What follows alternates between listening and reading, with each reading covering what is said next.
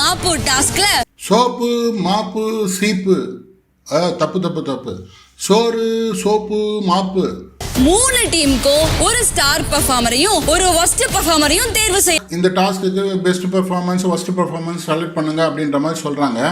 Best வந்து கனி திருவ சொல்றோம். பெஸ்ட் பெர்ஃபார்மன்ஸ் யாருன்னு சொல்றதுக்கு முன்னாடி நம்ம சேனலை சப்ஸ்கிரைப் பண்ணுங்க, லைக் அண்ட் ஷேர் பண்ணுங்க, கமெண்ட் பண்ணுங்க. வாங்க வீடியோக்குள்ள போலாம். அமித்து கொடுக்குறோம், பிரஜனுக்கு சொல்றோம். அவர் எடுத்த கேரக்டரைசேஷன் ரொம்ப நல்லா இருந்தது. சோர் டீம்ல சொல்றது தான் ரொம்ப வொஸ்டா இருக்கு.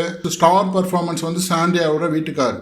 வாட் ஏ பெர்ஃபார்மன்ஸ் டேப்பா, சான்ஸே இல்ல. ஃபர்ஸ்ட் பெர்ஃபார்மர் விக்கல்ஸ் பெருசா என்டர்டெயின்மெண்ட் பண்ணி நாங்க பார்த்தது இல்ல.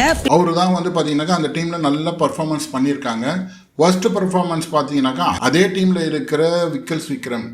அவங்க வேலை செஞ்சு நான் பார்க்கல. ஃபர்ஸ்ட் வந்து நாங்க ரம்யா சொல்றோம். என்ன யோசனை, என்ன மைண்டு.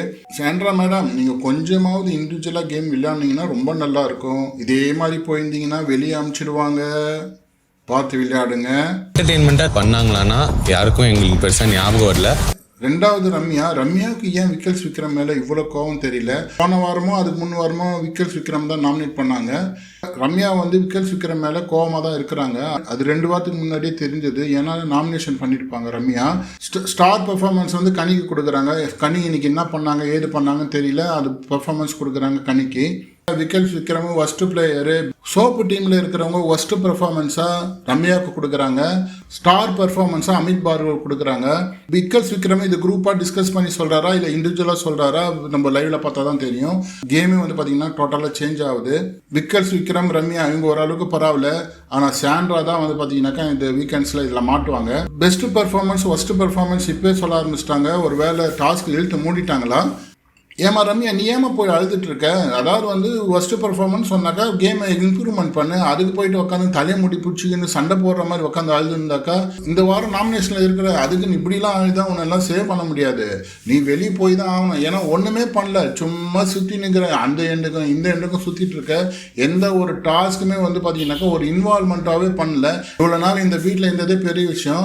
ஸோ நீங்க இந்த வாரம் கிளம்புனா ரொம்ப நல்லா இருக்கும் மேடம். கிளம்புங்க, காத்து வரட்டும். ஆக மொத்தம் இன்னைக்கும் நேத்து மாதிரியே டம்மி தான் போல இருக்கு. ஒண்ணுமே இல்ல. ஃபன் டாஸ்க்னு சொல்லி நம்மள பார்க்கறதுக்கே ஒரு இன்ட்ரெஸ்ட் எல்லாம் பண்ணிக்கிறாங்க. பகல்ல பண்ற விஷயங்களை விட நைட்ல வந்து நல்லா இருக்குங்க. நைட்ல பேசுறது, சண்டை போறது, அதெல்லாம் கூட காமிச்சா பரவாயில்ல. ஒண்ணுமே இல்லாம காமிச்சிங்கன்னு வெறுப்பேத்திட்டு இருக்காரு இந்த பிக் பாஸ். லைவ்ல நடந்த விஷயங்கள் எவ்வளோ இருக்கு, அதெல்லாம் கரெக்டா போட்டாங்கன்னாக்கா ரொம்ப நல்லா இருக்கும். ஒரு இன்ட்ரெஸ்டிங்கா போயிட்டு இருக்கும். ஸோ மக்கள், இதுதான் ஃபர்ஸ்ட் ப்ரோமோ. செகண்ட் ப்ரோமோல நம்ம மீட் பண்ணலாம். நம்ம சேனலை சப்ஸ்கிரைப் பண்ணாதவங்க சப்ஸ்கிரைப் பண்ணுங்க, லைக் அண்ட் ஷேர் பண்ணுங்க, கமெண்ட் பண்ணுங்க, லைக் பண்ணுங்க, ஷேர் பண்ணுங்க. நன்றி, வணக்கம்.